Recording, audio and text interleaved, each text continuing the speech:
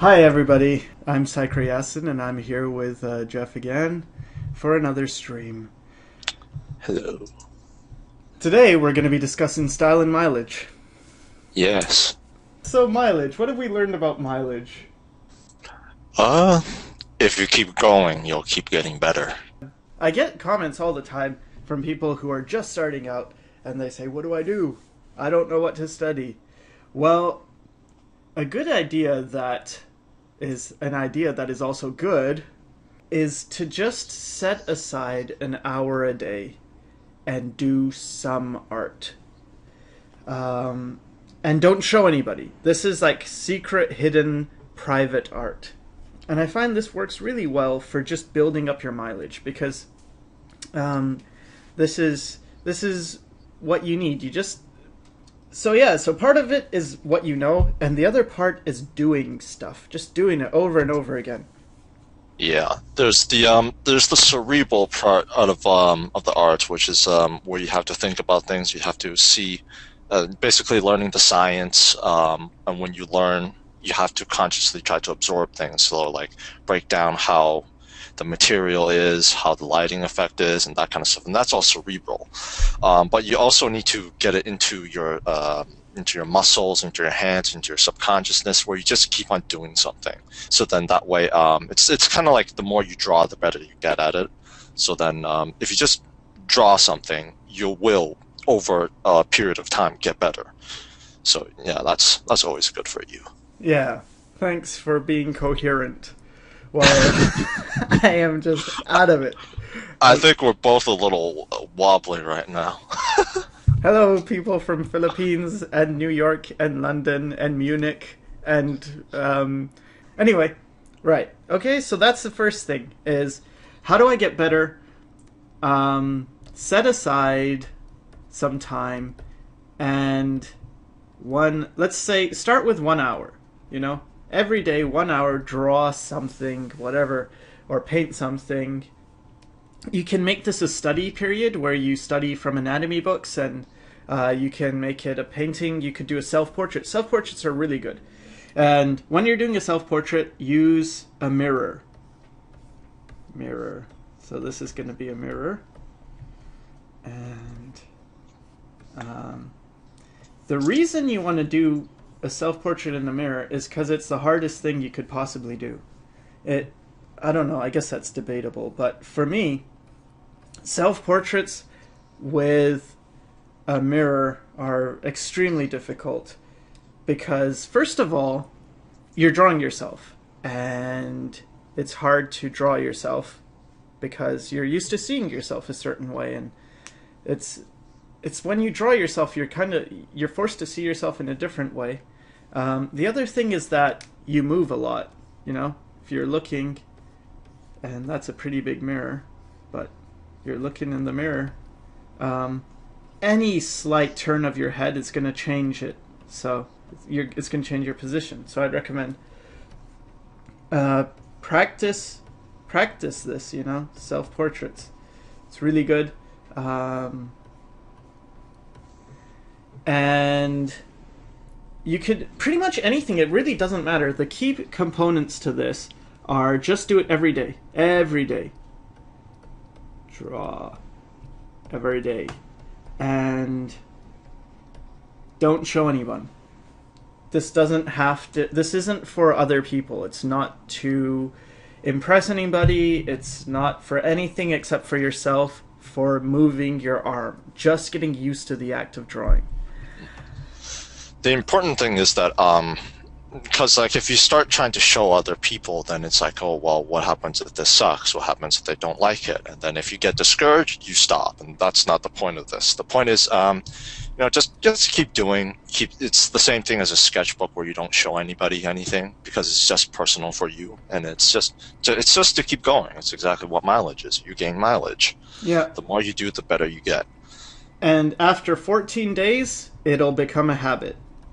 And so all you have to do is that's the goal. every day, an hour a day for yourself that you don't show anybody, draw, and it will become a habit. And then cool. Once you've got it to be a habit, then it's gonna feel weird to not do this.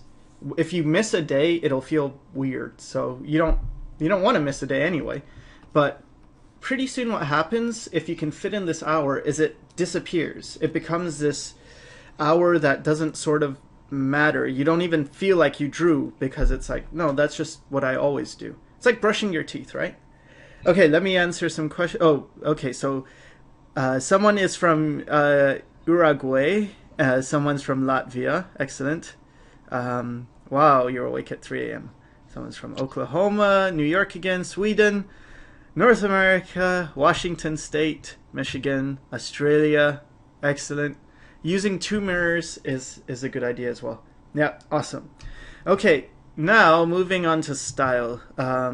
Leela10 or 01 Leela10 asked, when do you decide it's time to break a style? Okay, I'm not sure what you mean by break a style, but let's say you're talking about just developing a style. Well, that's what I want to talk about.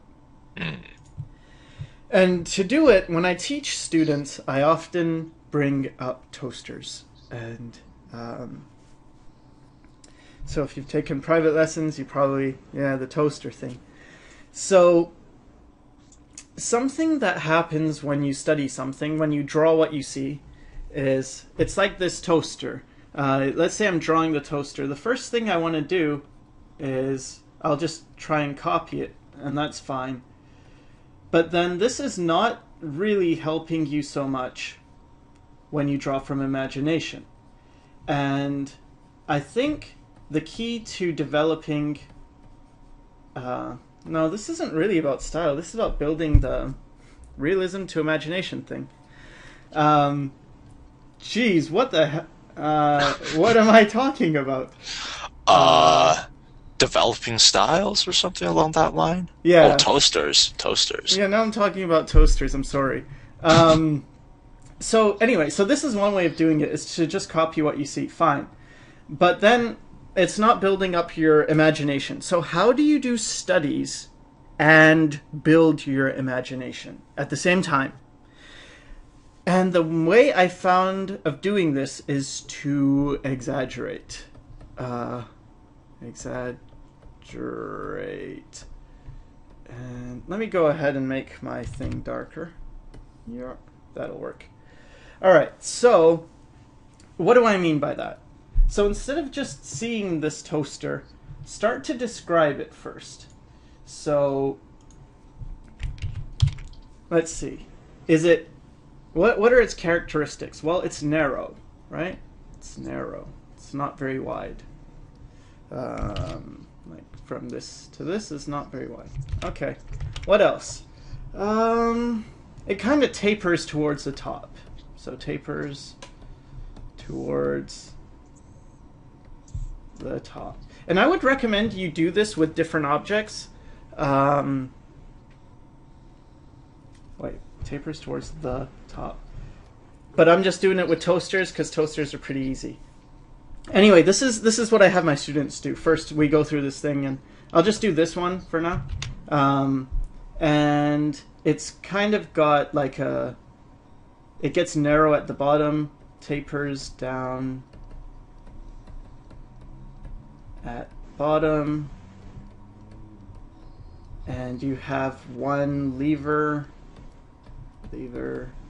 and you have some buttons, and you have one big slot for toast.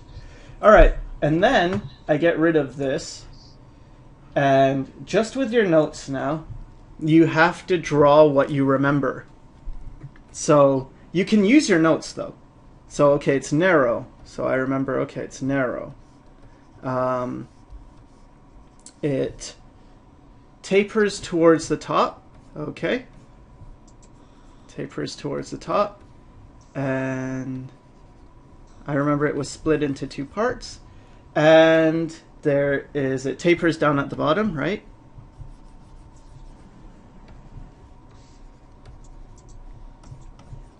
And what else? One lever. I remember it had a big lever here.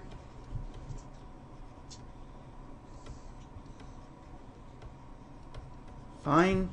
And buttons. There were buttons here. I think there were 3. I'm going to put in 3. And there was one big slot. See? So then that's my guess for what the toaster is like. And then I bring it back. And let me hide these. Control D. Delete. Alright. And then you just check. And it's alright. It's getting there, right? But this really starts to change the way you're drawing. Because instead of just seeing it as shapes and things that don't really stick in your brain, you're now seeing it as, I don't know, it's like it's in your head now. And something I missed is that there's little feet on the bottom. And so now what I could do is I don't need anything. Any of these, you could get rid of them. And if someone's like, draw that toaster, it's really easy because I know everything about it. It's like, I don't need this one either. It's narrow at the top, it gets wider, sort of curves like that. You got one big slot here. You got little feet at the bottom, but first it curves down. And you've got buttons here, and there's your big slot, and right? So it becomes much easier to remember how to draw, and you can do this the same thing with different things, and it's building your memory, your visual memory. Another thing is that because you're describing it and you're saying it's narrow and all these things, these are all things that can be exaggerated. So let me bring back my descriptions. So let's say it's narrow and I want to caricaturize this. I want to exaggerate things. Well, okay. What I can do is make it really narrow. Yeah, it's really narrow, but maybe a bit less than that. But anyway, it's pretty narrow, and we've got a big slot. We can get that in, and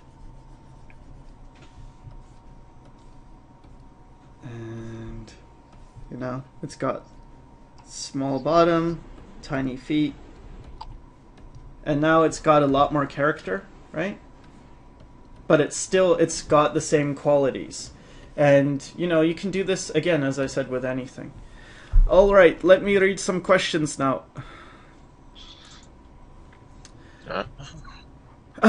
Okay, where did I leave off? Washington, Australia, use tumors, UK, brushing my teeth, what is that? Brushing your teeth is when you get a hairbrush and you slam it into your teeth. Washington as well, Romania, oh, yo, Brazil. Not anime. Isn't it almost impossible to make a completely new style since style is based on modifying realism? One could say it's completely impossible to make a new style, and one could also say it's completely impossible not to make a completely new style if you base it on realism. Why do I say that? Well, thanks for asking. The reason I say that it's impossible not to make a new style if you are basing things off reality is because we are all individuals. We're all different. We've all had different life experience. And all our experiences together are going to combine into how we see the world. So if I draw something right in front of me, I'm going to see it a lot differently than you might. And a good way of seeing this is if you have...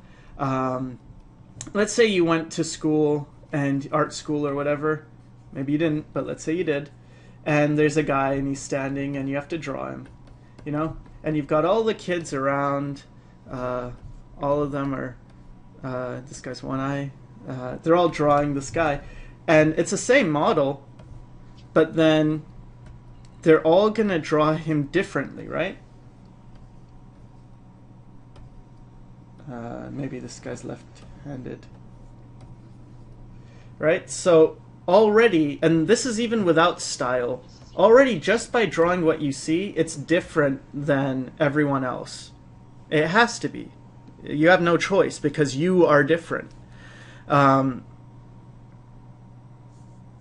And then once you add the style, it's more about, what do you like? What are your tendencies? Some people can naturally find a style, other people have to sort of think about it a bit more to find their style. But it's not going to look the same. Where it looks the same is if you're not doing this, you're not drawing from reality and then doing your interpretation, you're not starting at fundamentals. Instead, you see a picture that someone had done and they have their own style, and you try and copy that. This is when it stops being original.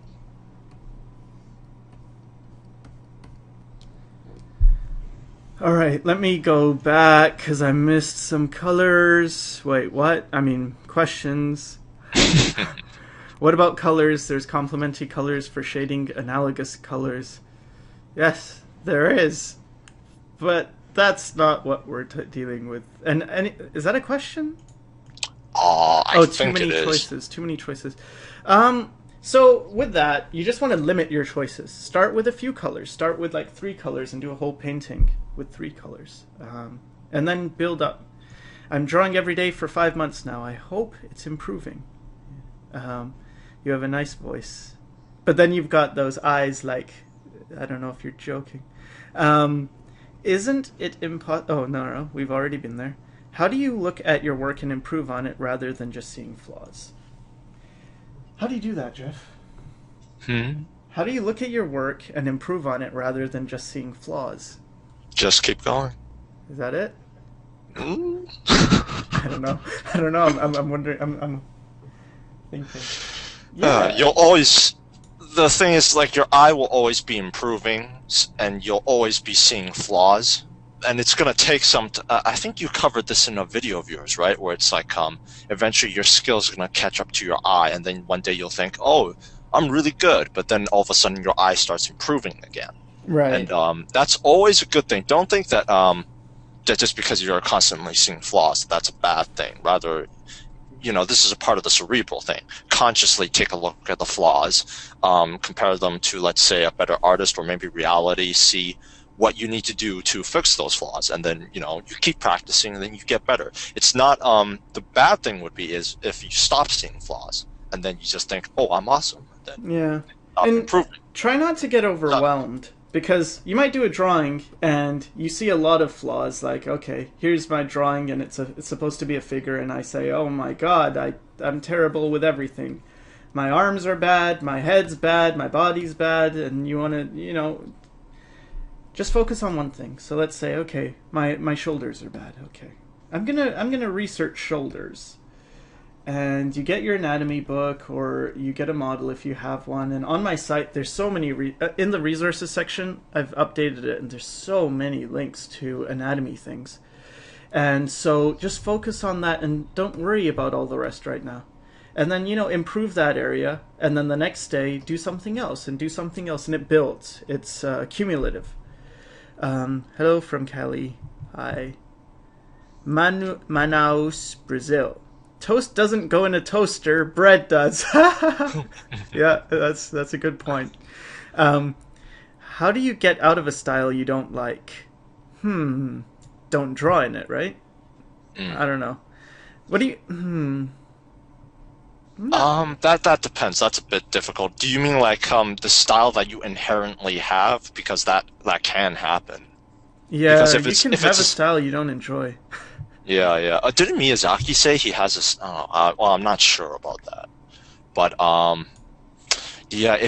If it is your own style that you inherently have that you don't like, that's gonna be tough, because if it's your own style, it's your subconscious that's causing it. It's your muscles that's causing it. It's everything basically. The way your muscles work, the way you hold a pencil, the way the length of your fingers maybe, or even the way you see things, or maybe like you don't feel like drawing a straight line. You like more lines more, so maybe that causes you to draw more rounded things. It could be stuff like that. If it's that, then that's going to be a bit difficult, because then you're going to have to be constantly fighting against yourself to try to develop another style that you inherently already have. And that's difficult. But if you really want to try to get out of that, then just practice. Maybe look at a style that you like and you want to have, and just practice that. Yeah. One thing I like to do is to draw realistic Pokemons. Half of the idea is already there, the other half I have to create in order for it to be realistic, like making its anatomy function. That's cool. If one uses a photo only for value, like a picture from the internet, should you cite it? What do you mean by only for value? I don't... Let's see that question. If one uses a photo only for value, like a picture from the internet, should you Do you cite mean like it? a value study? I don't know. If you're doing studies, it's fine. You don't really need to. You're not showing anyone. You're not putting it in your portfolio, and you're not making any money off it. So then it's okay, right? If you were gonna put it online, I think it would be good if you know the artist to do that. If not, if it's just a photo and you're doing a study of it, include that study beside your photo, and everyone will know. Probably you'll write a little something about it, and you'll say, I'm doing the study of this thing, and then it should be fine. Because that stuff comes into play, like copyright and all that comes into play when you are making money off things. Not really a big deal if you're studying, I think. Can you talk about experience you have with strengthening your mind's eye's ability to visualize objects, move them around in space, and see increasingly more complicated things? Right. So, one thing I used to do is imagine a teacup. And I don't know if I've talked about this before, but I imagined a teacup in my head, and I would close my eyes and I'd imagine that teacup, and then I start to imagine it spinning around. And what does that look like? So, well, the handle's going to turn, right? And it's going to go around. And, well, that's not going to show. So, no, don't look at me. But yeah, I would try and imagine things in my head and imagine them turning. The other thing you can do is, I made a video about the coil technique, and in it I talked about arcs. And that's something that also helps, is to draw the same thing from many different angles and follow arcs to see, okay, how's that going to look when it turns? So for instance, let's say I had my teacup and I have the handle, and the handle starts straight forward. And it's like, okay, let's draw the arc for how that's going around the form. And then we can start to plot, what it's going to look like as it goes around that form. But yeah, I don't know if that's helpful, because that's a bit difficult. But this is what you do in animation as well. You have to imagine things going around, sort of strengthens things. But drawing a lot is also going to help. This is one of the great things, is that when you just get down the mileage thing, right? Draw lots and lots. Before you would think things are impossible, and then let's say you draw every day for 3 hours a day for a month. Eventually, some of those things you thought you couldn't do, you'll now be able to do. It's the same thing with ideas. The more you draw, the better your ideas get. Sometimes when you're beginning, you think, well, I just don't have good ideas. You'll look at a picture by a professional and think, I could never think of something that cool. But no, that comes by drawing more and more. What do you suggest for someone wanting to break away from a background in manga-based style? I would suggest draw from life. You could try Loomis and other things that teach realism, but or whatever. If you want to go into cartooning, look at cartoonists. But I think drawing from life is something that it's really hard to go wrong, or drawing from even photographs, but it's photographs of reality. And it might be hard at first. You have to get out of the habit. So if you're used to drawing from manga, or drawing in a manga style, often the same things keep coming up. You'll draw your manga style and it's like, oh, okay, here's my manga style. That's cool. And then when you go into realism, you'll draw figures that they'll still have eyes that are too big. You'll tend to exaggerate the eyes. You might make the noses too small. And it's something that, again, you do a lot of it. You draw a lot, and then eventually you notice what you're doing that's holding you back. Like, oh, I tend to make eyes too big. So then the next time, purposely, consciously make the eyes smaller than you want to. You know, so think, I'm going to make the eyes small, and then make them even smaller. So it's like, oh, I'm making tiny eyes now. And doing this, you know, going in the other extreme and make the nose bigger because you always make your noses too small, what it does is it sort of resets things. So if you imagine you have a pendulum, and on one side you have manga, and on the other side you have realism, and right now it's in the manga stage, you almost want to push it too far in this direction to cancel that out, and then it's going to go this way and that way and this way and that way, and then eventually it's going to settle somewhere comfortably, you know, in the middle, and then you can go either way. But yeah, a good idea is to go too far in the opposite direction and then step backwards, and it sort of kicks you out of the bad habits. Do you have anything about that you want to add? No, I think you covered it pretty good. Cool. How do you depict a psychedelic trip? I don't know. I don't know. What do you suggest for something... Oh, already did that. Train the memory is like the best trick to draw good. It's a very good trick. Drawing is also probably the best trick to draw well is to draw a lot. What's more effective, I suppose? Studying a bunch of artists and doing examples and copies, or doing real-life studies and developing original style? Both have their advantages. When you study other artists, what you're seeing is their way of solving a problem.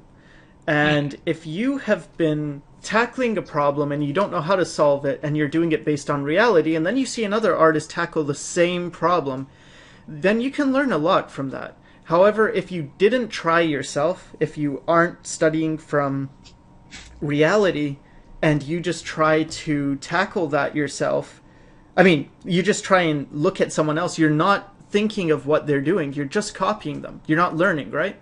So you want to learn first, and then get to a roadblock. Get to a point where it's like, I can't figure this out. I don't know how to do it. I've tried. Then look at someone else and see what they're doing, and maybe do a study of their stuff and say, oh, so that's how they do it. And then, you know, hide whatever they've done and then try it yourself. Yep. And also, whenever you're seeing another artist, because here's the difference with looking at, let's say, another artist doing a picture and then looking at the picture that they actually based it on, each brush stroke or each form that they do, it's a specific interpretation. So it's like Sycra said, it's they tackle it differently. It's a different type of problem solving and stuff like that, and it is good to see that to how they tackle the problem. But for studying your own, let's see, developing an original style, it's something that's you're going to automatically develop, just because of the way you draw something and the way you see it. And also with developing your own style is that you might see something that's really appealing with other artists, and you can incorporate a type. This is the thing. When you try to copy another person's style, you see it as the way they interpret something. But when you're developing your own thing and you want something from that other artist that has the style you like, you want to take what you like from that, but turn it into something that's your own. Because if you just copy, you will be a pale imitation. But if you develop your own style and then you absorb what you like about others, then eventually you'll make something that's your own, but it might be similar to what you like. Yeah. That's always better. Yeah, and that's another thing is, you know, sometimes you'll see something from someone and you like their style. One of the reasons you might like their style is actually because they're sort of doing things that naturally you would do as well had you that ability. So sometimes I feel like there are people that you gravitate towards, and it's like, man, that style really resonates with me. And it might not just be that you like what they're doing. Sometimes it is that. But sometimes it's also that they're doing something that is within you, and they're showing you a part of yourself, and that's why you're resonating with it. It's like, oh yeah, I get that. I get what you're doing. I really appreciate that. So in that sense, if you study them and the way they tackle things, you are in a way also studying yourself. And then after you've studied them, you want to ask, but what would I do differently? What's my take on it? Like, yes, they do this, but imagine you had their ability, their skill. What would you do differently? And that's when you start to realize your style, because you've already got a starting point, right? You've got this artist you really admire that's like pretty much doing what you'd like to do, but then it's like, oh yeah, but I think I'd draw the hair differently, or I think I'd use different colors. And then it's like, okay, you're finding out who you are. What if it was in different mediums, such as from acrylic to digital to watercolor? Would styles be different because of the feeling, or is it just because the medium is just too different? I think it's the medium that controls things more than the feeling, because when I switch medium or media, my style kind of stays the same, but I don't know, it might be different for different people. How do you create a color palette for a scene? I don't want to go over that. I think I've already explained that in a previous video on YouTube, so I'm pretty sure there's already something on a color palette, and you might want to check that out. Oh, Baconful? What if it was okay? That's already the Bradley 012345. I have bad drawing habits. Like I always put in sharp edges, but I never do it on purpose. What do I do? You have bad drawing habits, like you always put in sharp edges. You have to practice more. So you know when you're doing things and you can't control it, that is not style. That is just, you need to work. You need practice. So it might be style, you might actually like doing that if it's intentional. I guess it depends on, are you seeing the world like that? Because then go with it, run with it if that's what you like. But if you don't like it and it's just happening, try changing how you draw. Draw with your arm more.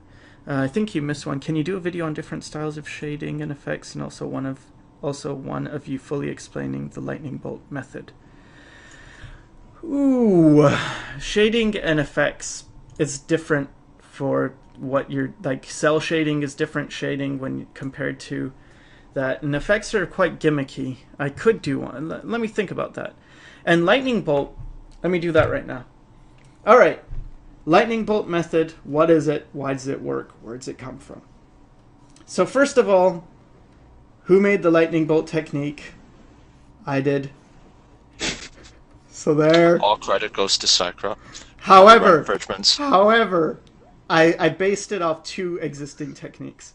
And the two existing, and by the way, for people who don't know, lightning bolt technique is when you start the figure, you get the shoulder and hip placement, you get a line for the spine, and then you use these lightning bolts to create the limbs, and you start with like a lightning bolt shape, and then you connect these shapes, and it gets you somewhat decent proportions. All right. So where this came from is two techniques.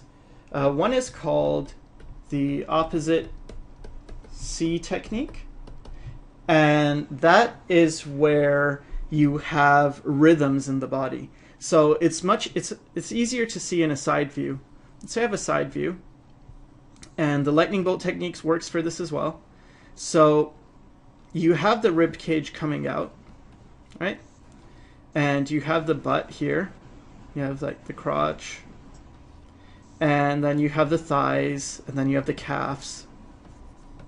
And so you'll notice there's this rhythm that goes on with the body, where you have, let's say the front of the face is kind of like sharp, right? Like a straight line. Even though you got a nose in there, it's sort of a straight line. Well, the back is rounded. So you have this, it's like a C, and then on the other side is a C, and another side is a C, and then another side is a C, and then another side is a C. So you have these C's, C shapes opposing. Some people simplify it as an S, like there's S shapes in the body, but it's the same thing. And the other thing is straight against curve. And this is something animators use a lot, which is when you have a straight angle or a straight line, it's opposed by a curve. So when we look at the thigh, in the back it's kind of straight, and then the other side is kind of curved. We look at the head, the back is kind of curved and the front is straight. And then you have these where it just seems like the front of the rib cage is kind of straight and then the back is curved. You have straights against curves. So what I did is I used to draw that way. I used to start a figure using these animation techniques where I would draw C's, opposite C's. So for an arm, I'd do something like that. And you'll see some animation people who teach do this, where they start with these kind of C shapes, and then they sort of fill it in. And I always had a problem with maintaining proportions. And then one time I was drawing, and I just sort of connected it. So I just went, instead of this and this and this, I sort of went down, and then without taking my hand off the page, I went across. And then I found when I did this, that the proportions became much better. So that's just like all I really did is I took two things that are already working and I just stuck them together with a line, and it sort of looked like a lightning bolt. So I called it the lightning bolt technique. All right, that's it.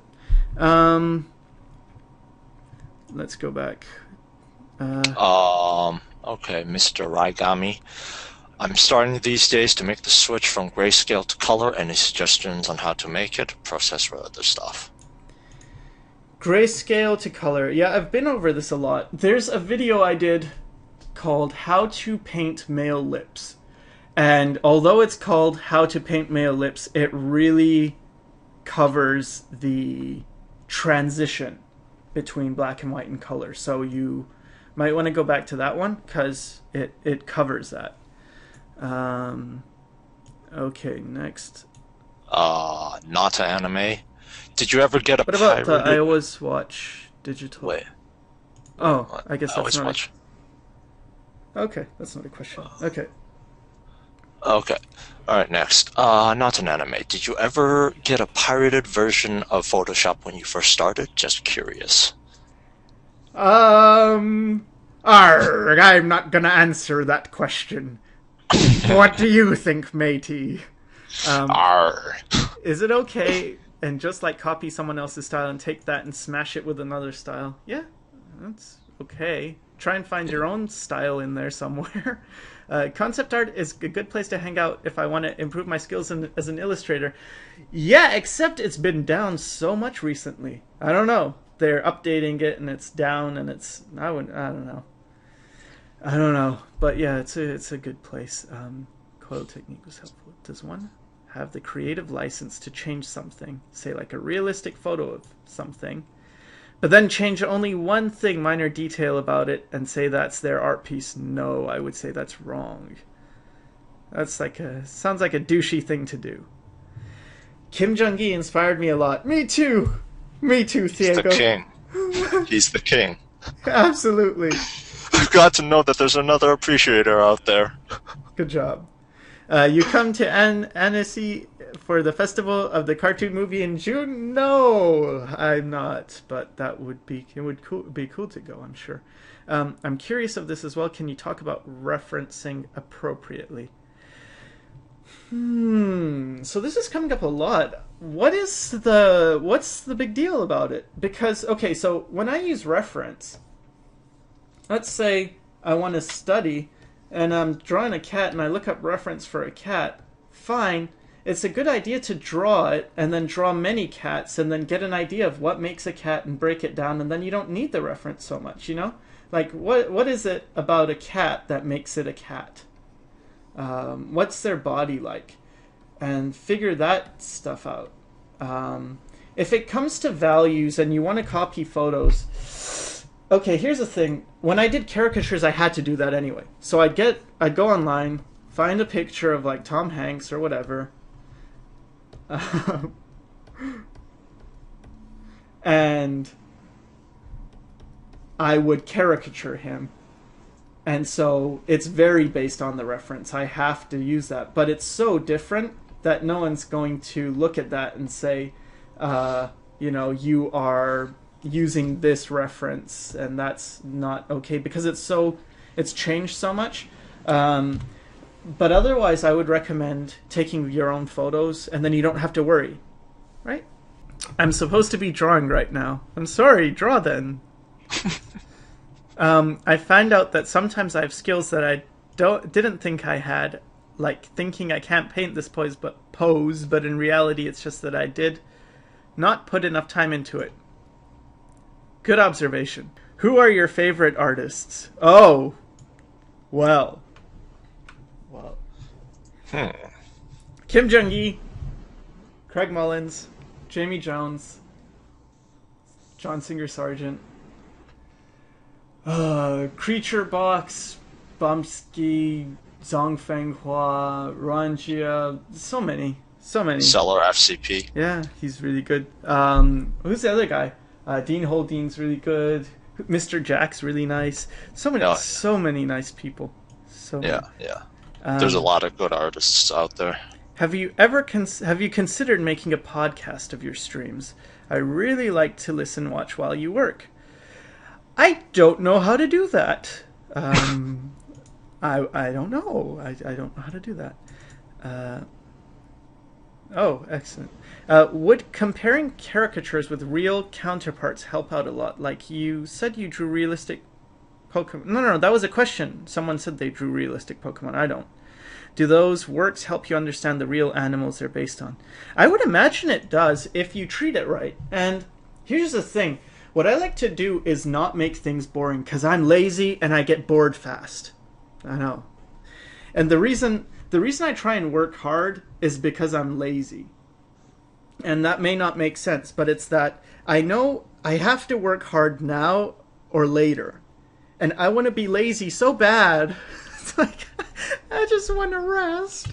I don't want to work. So because of that, I just try and work as hard as I can now so I don't have to later. Okay, wait, what was I... Oh, right, the realistic thing. So yeah, if you looked at an animal and you found out their musculature and then you did a Pokemon and they had similar anatomy, then I'm sure you could learn something if you overlaid the same thing. Like, say you looked at a cat and it's got, like, its rib cage and whatever, and it's... I don't know, I'm not very good at cats, but... yeah, I'm sure it would help. You know, all these things help, and that's what I was talking about, right? Boring. Being bored. So what you want to do is, like, let's say you're studying anatomy, for me anyway. I don't like just drawing... and this is just an example. This isn't how I really draw anatomy. But anyway, let's say you have like a skeleton and it's boring, right? You copy it out of a book. It's much more exciting to me to play around, especially if I exaggerate a character. So let's make like a big hulking figure and then imagine, you know, how does a skeleton fit in this body? You know, it's got to be squished, it's got to be adjusted. But making it fit means you're not just copying blindly. It means you're putting in a lot more work. And so you're going to learn it on a different level, you know? It's not just going to be about, well, I copy what I see, and when I don't have reference, I forget everything. It's going to be, no, I remember this because I had to do it the hard way. All right. Do you think that style or like being anatomically correct is more important or more appealing? Oh, that's really tough. And at different points in my life, I would have different answers for you. So I might have said before that you've got to nail your anatomy. It's important. If you don't, you'll do messed up anatomy. And I think it's really a good skill. It's a good tool to have, you know, learning anatomy. But I've seen professionals and they're really good and they have a lot of appeal, but they have broken anatomy. And what I've learned is that over everything, over correct anatomy, over correct proportions, above it all is appeal. Does your image look good? If it looks good, then nothing else really matters because you've done your job. It's a successful piece. However, things like bad anatomy take away from that good feeling. If someone's watching it, looking at your picture and it has really broken anatomy, then it can become a distraction. And sometimes you get artists who they don't have the best anatomy, but they are really respected by normal people, right? People who don't know much of art about art. And people are like, oh, that's awesome. Usually these guys, like, I think Hyung Tae Kim is kind of an example of this, where it's like, yeah, that's awesome. And then there are people who have learned a bit, and then they look at the same stuff, and they think, that's wrong, that's broken. You're wrong, you don't know what you're doing, you're messing everything up. And then there's a stage beyond that where it's like, yeah, but it still looks cooler than anything you do. Right? Like, Yeah, Todd McFarlane, right? It's like yeah, all my anatomy is broken, but it still looks better than anything you can do. That's like the ultimate counter. You can't say anything against that. yeah. It's like, oh, your anatomy's off, and it's like, well, my appeal is superior to yours. Yeah, think of it this way, Therefore, I artists. win. Yeah, yeah. Think of it this way. Artists, at the end of the day, we can make very good things. We can provoke a lot of thoughts. We can change up the way a person sees the world. But at the end of the day, we are entertainers. There are different. There's the artist who appeals to the person within, like they appeal to their peers, to the people within the community. So they'll all these people say, wow, you're technically brilliant. Look at the way you do anatomy. Look at the way you do color. Look at the way you paint. That's all well and good, but we're entertainers. We entertain the mass audience. It's like the people within the community, let's say there's Unless just you're a a fine couple artist, thousand. and then you have your message. But yeah, Oh, yeah. But yeah, there's that. That's a different world. right. But let's say there's a couple of thousand within your community, or within the whole art community. There's like hundreds of thousands, but within the whole world there's billions of people.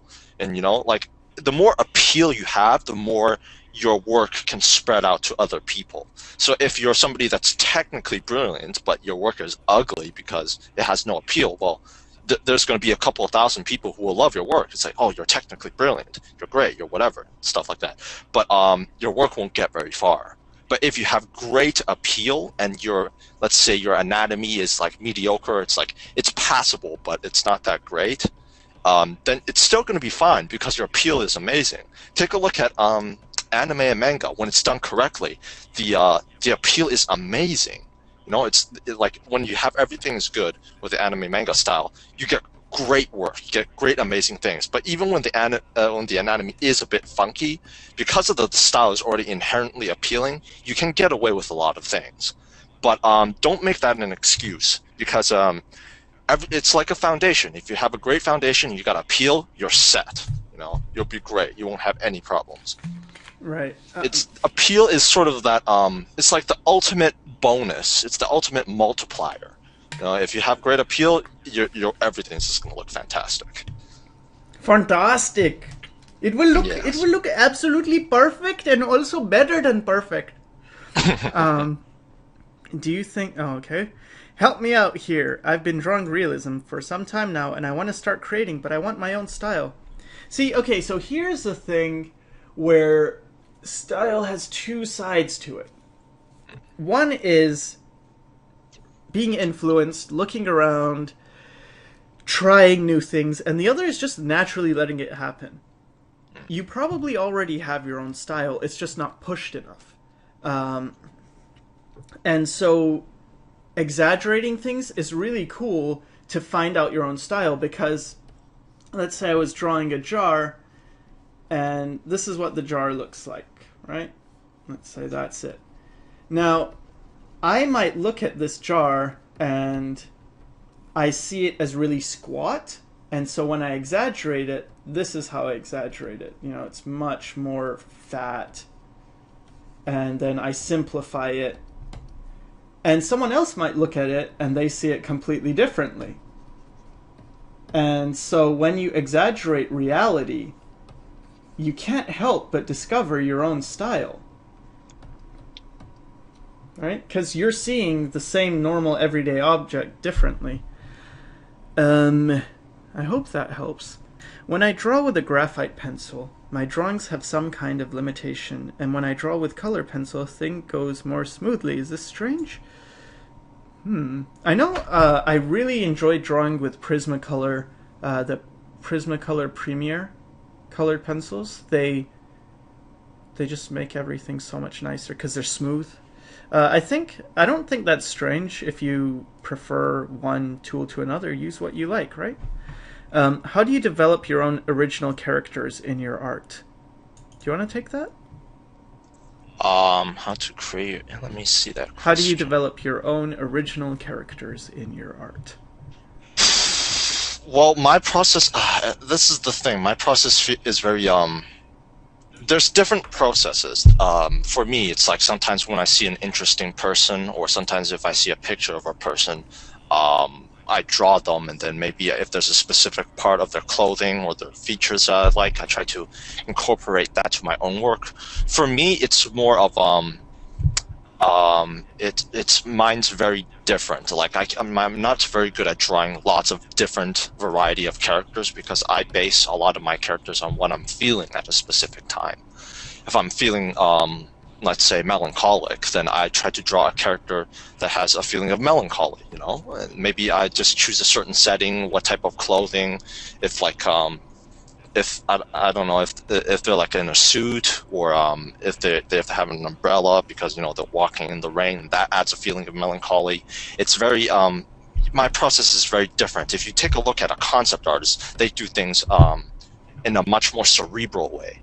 They get, let's say they get a work from a client. Oh, this is a sci-fi setting. Then the concept artist will go on an entire thought process on thinking, okay, what type of person is he? What kind of species is he? Is he like from a very high class, high tech area where everybody's very rich? And then things will look very streamlined and clean, and you know, kind of like the Apple look. But what happens if they're in from a more noir sci-fi look? Everything's more junk-like Blade Runner, and you know, they go into more scientific detail. So it depends on what the process is, you know. So if you're an illustrator, then you're trying to go for maybe a certain story or a message or a feeling. In that case, the process for you to create a character is very different.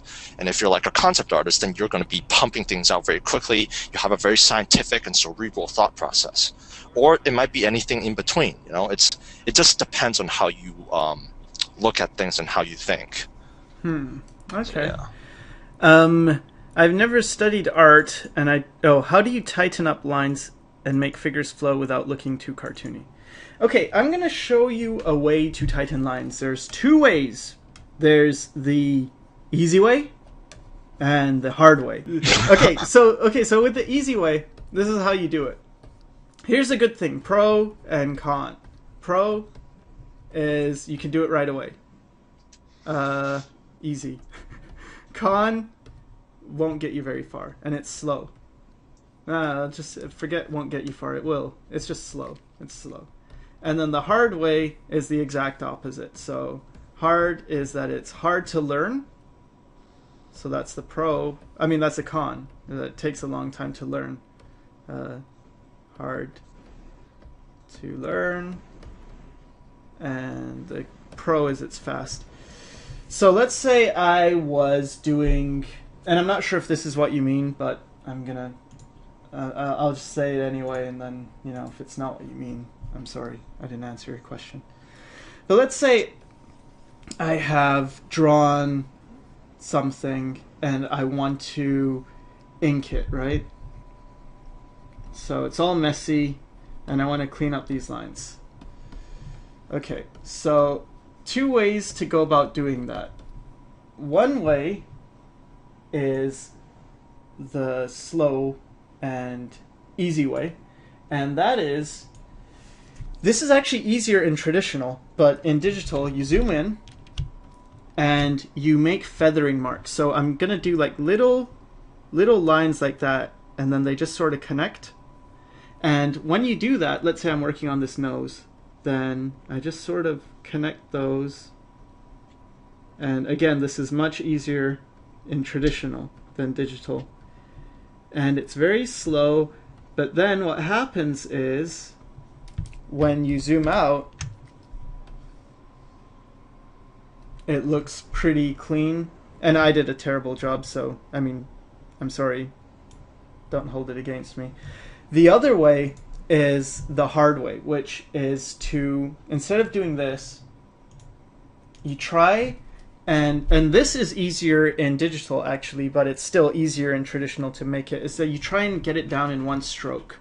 So I want to do the nose, and what I tend to do is I hover my fingers over Control Z, and I try and get it in one stroke, and I'm using my arm movement. And if you haven't seen, I did a video explaining how to hold your pencil, how to use your arm. Was it traditional drawing methods? I don't know, but it's some. It was like a live action one. I don't know why. Anyway, yeah, and then try and nail it in one thing and hit Control Z until it's perfect, and then you'll get smooth lines. You know, try and get the thing down in one hit, and that trains you to make much more confident lines. But again, it's slow and it's hard to do. Or you could use a trick like use a pen tool if you're working in Photoshop or another piece of software. But if you're doing this traditionally, smooth lines, you have to work on it. It's not going to come easily. You can't draw messy, and don't do these chicken scratchy like these kind of lines. And I'm exaggerating, but on a figure I see this a lot where someone will draw and they draw like everything sort of like chicken scratchy, and this is almost like that feather technique, except you're not going slow, you're not carefully, you know, making the lines like that. And I don't like this feathering technique. I prefer to just draw it, you know, with one nice smooth stroke, but that takes practice. All right. But if you look at your body, you don't have straight line. No, it's an exact straight. If you're talking about straight against curve, yeah, you don't have straight lines in your body at all. But there are lines that look straight when exaggerated, especially when you compare it to the opposite. It's like, well, this line looks like this, right? It's not straight, but this line looks like that. And by contrast, this one looks straight compared to this one.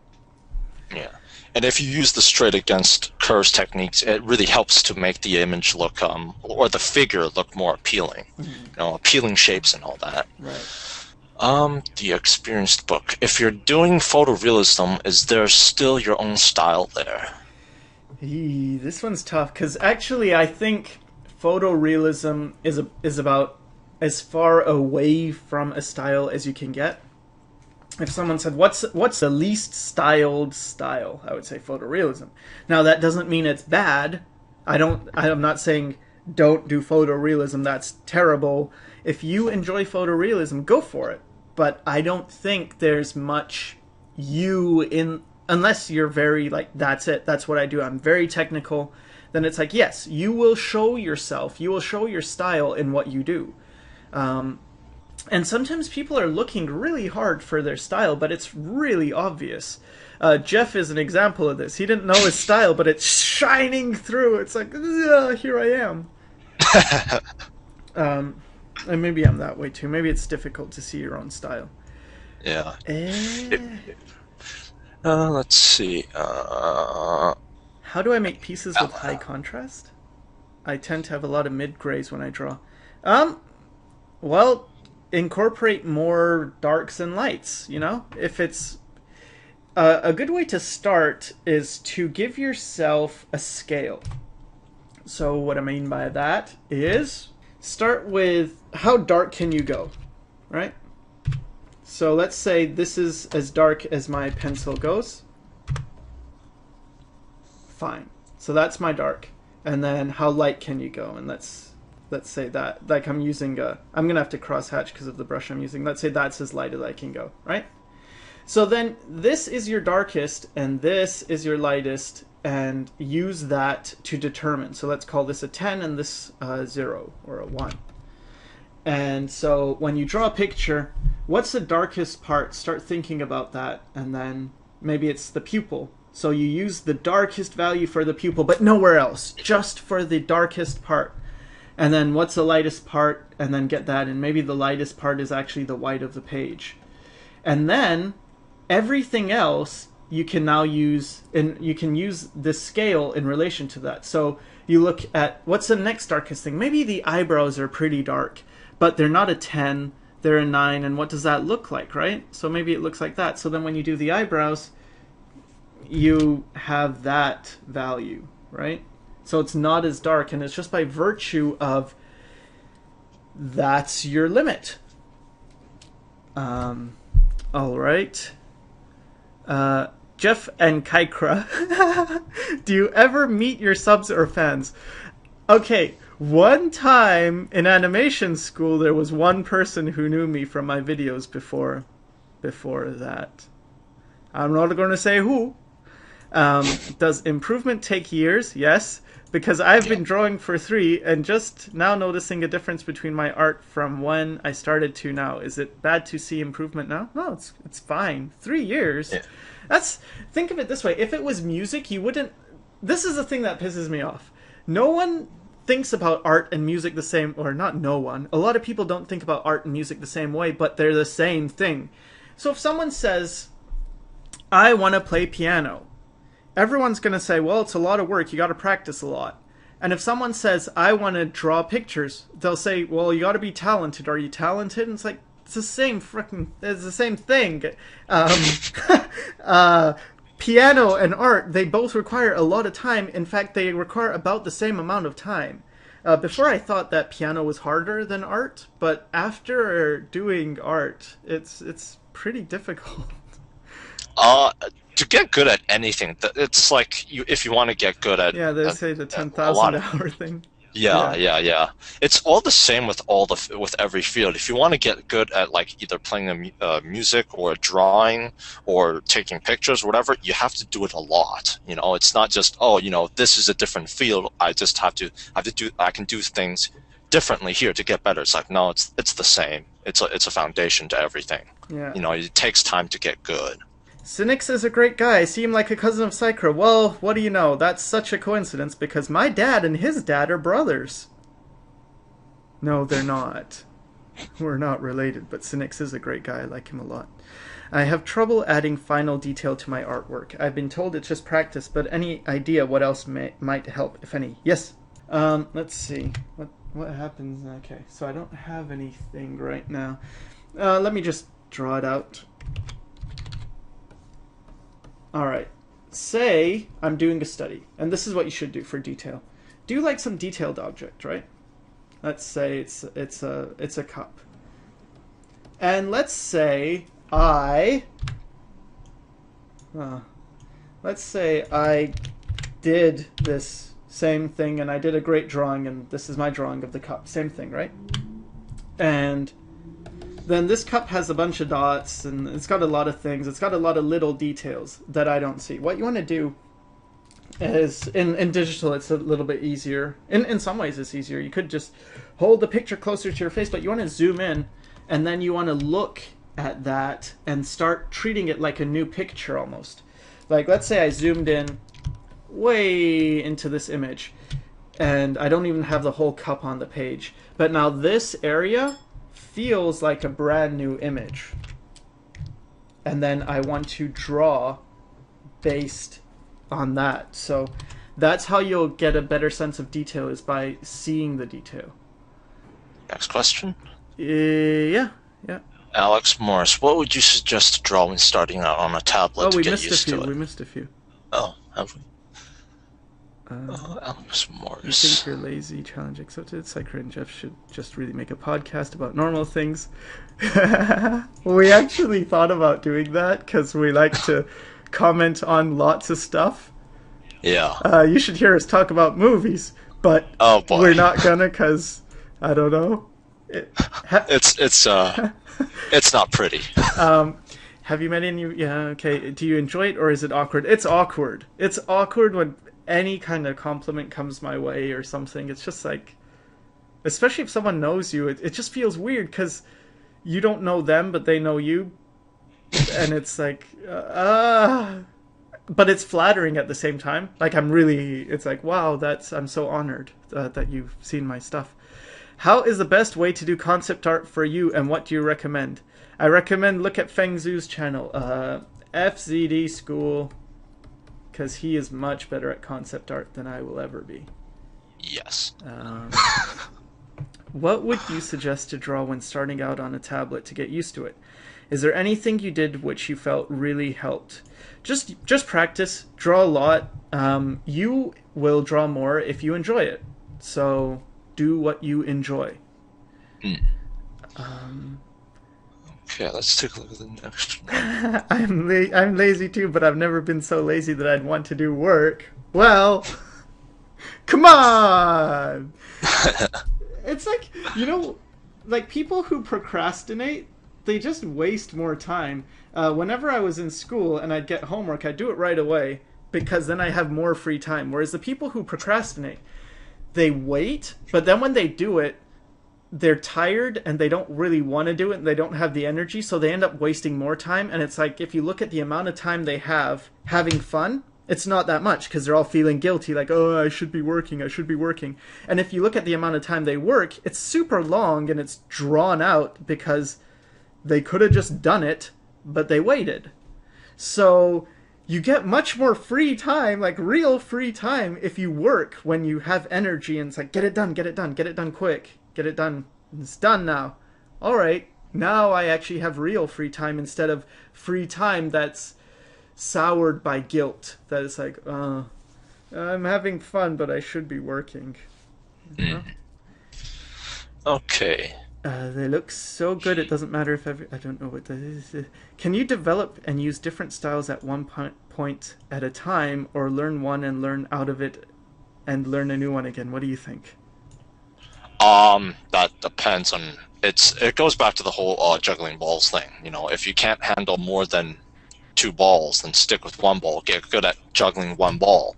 And then when you think you're comfortable with this one ball, well, you can get another one in. But with styles, that's it's this thing of like if you want to get really good at one style and a shorter amount of time, stick to one. If you try to get more than one style, that's going to be that's difficult. Especially, here's what I found: if you have an inherent style of your own, and you try to do another style that's not like compatible with you, you will fight it. You will be constantly fighting. If you don't really have there are people that don't have a style and they're very flexible. They can jump from one style to another fairly easily. So if let's say you don't really have a style and you can adopt different styles, then that'll be easier for you. You can handle more than one or two balls at a time. But if you have your own style, then be a bit wary because you might be fighting a battle. Okay, when I draw Helios. Oh, I'm sorry, I haven't been saying who's saying what. Helios. When I draw, I always rush way too much. What do you think is the best way to slow down and look at the details? You answered your own question. What do you think is the best way? Hey, slow down and look at the details. A question. Oh, half monochromy. A question from me and my friend. You were talking about what the general mass finds appealing. So what kind of style do you think seems appealing to the mass, from realism to... This depends. Here's the thing. When we talk about appeal, it's like like, for example, what you find appealing is going to be different from what other people find appealing. So the general mass, they don't really...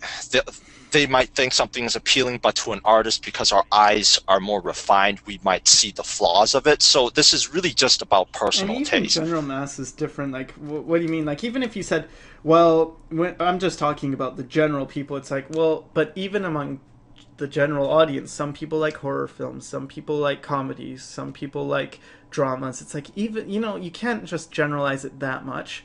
You can look at what styles are popular. They can be popular, and then it's like, well, obviously that's usually if it's around, it's kind of popular, just because it's very difficult to be extremely original and but the best way to get the appeal is like I said before, if you find something appealing, stick to what you think is appealing. If you try to look for something that's very popular, but it happens to be something that you don't find appealing, and you try to adopt that, you're going to struggle. Yeah. So just go with what you think is appealing. Yeah, don't worry about what other people think. Yeah. You're an artist, you interpret the world whichever way you see fit, and you just keep doing what you do and just get better and don't worry about it. you'll get it eventually. And the thing is, there's so many people in the world, someone's going to find your stuff good. And it's Yeah, yeah, almost like luck, in a way, Is your style appealing to a large audience? Who knows, yeah.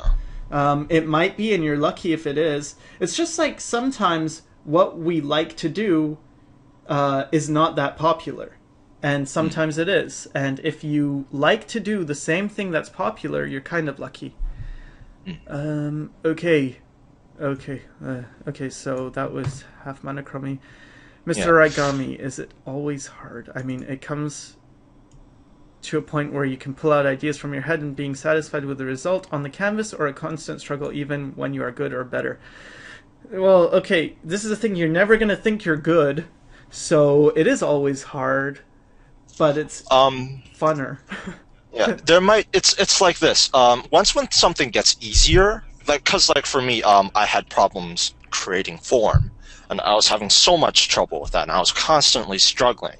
And then once when I finally was capable of creating form, it was this huge relief, and it's like, oh, I can do this now. And it's not necessarily that it's not a struggle. It's just that, like, once when you realize you can do something, you start having a bit more fun with it. Yeah. So you can pull this thing off, and you can pull that thing off. But you'll always see, for instance, in the same example, you'll see people who are way ahead of you in form. So then it's like, it's both, right? It does feel better. It gets better. Totally, man. This is good. This is bad. This is time. In the beginning, you're a kid, and drawing is fun. It's not good. I'll say fun. And this is not fun. And then that's fun, and then you get self-conscious, and it starts being not as fun. You have to do the studies, and that's hard, and it's kind of boring, and then it becomes more fun again.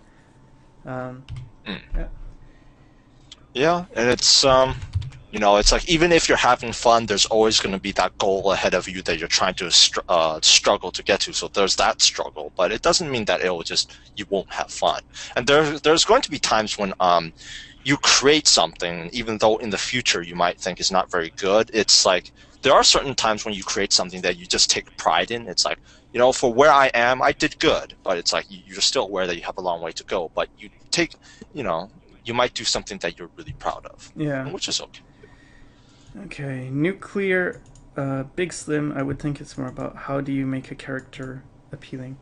Yeah, I could talk about that, but I'm going to save that for another video, because that could be a big thing, and I do want to cover that, so, I don't know.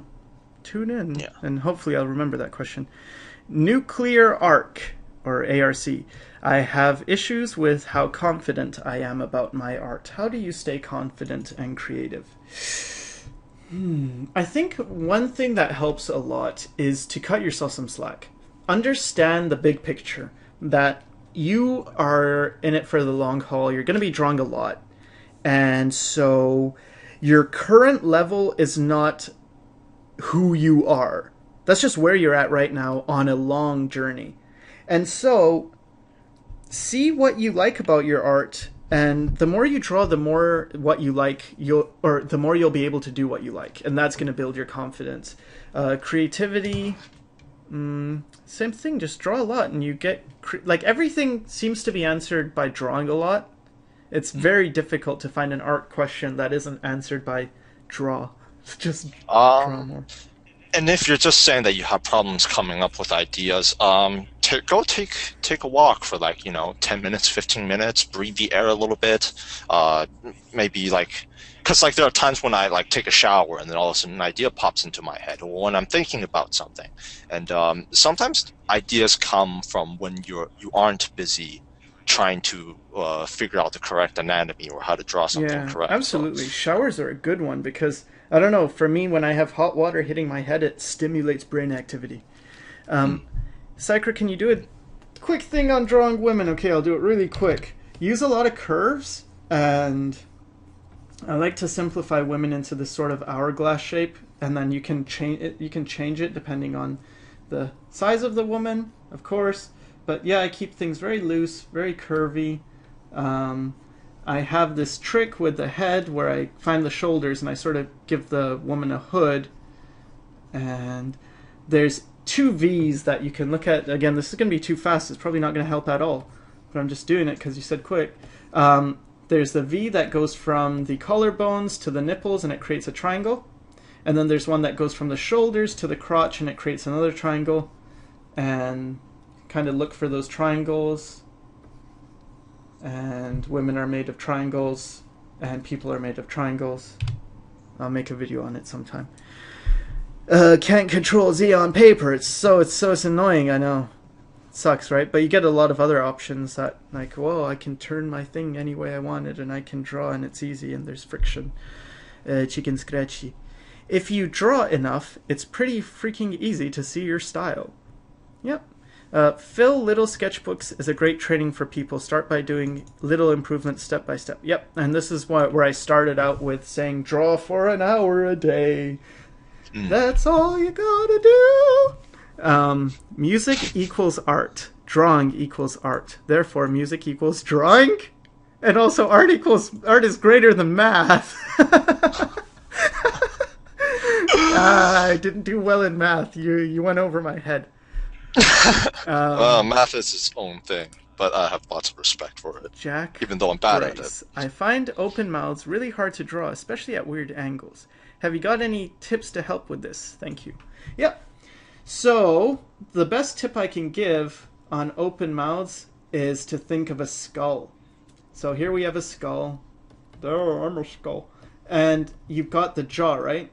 So the jaw that's the only part that doesn't move. This whole part moves, and the jaw is only the only part that does move in the cranium, like when you have the skull, right? All this top part doesn't move, just the jaw. You've got that hinge, right? So that moves. So let's say the guy is screaming and it's at a weird angle. So let's get the skull at the weird angle first. And now let's get that jaw and let's have the guy screaming. So what's going to happen? Well, that jaw's going to open up. And that's a bit too much. He might have broken himself there. Maybe that. And then you've got that, right? Like if you can imagine, you've got that. And then you've got that. The teeth coming down like that, and then you just sort of draw over, like, okay, so the skin's going to connect from here to here, and probably going to get that, and then the mouth's going to be like that, and then you can erase what you don't need, and there you go, right? So now if I filled that in, it would sort of be, these are the top teeth, these are the bottom teeth, you've got a tongue in there, and this is all dark, and there. You got a screaming mouth at a weird angle.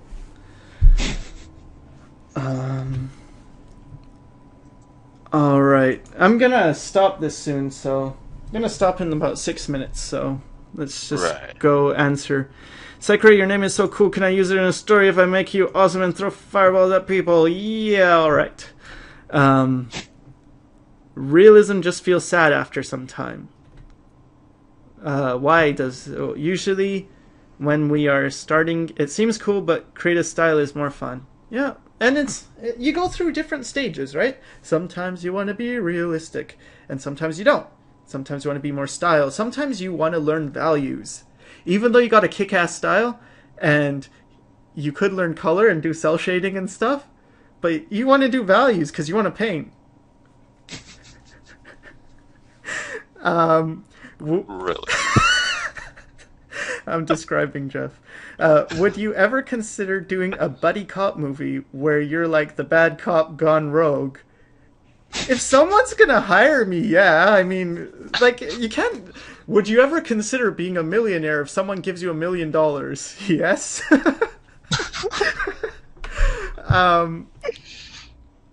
I think manga is not a great style to start copying. Because it's so stylized, it feels better to understand the basics and later do manga. I agree. Love FCD School. That's good. I love the YouTube channel. What do you think of people who do realism, who bash on people who do more creative work? Oh, it's so annoying, right? Hate that. It's so frustrating.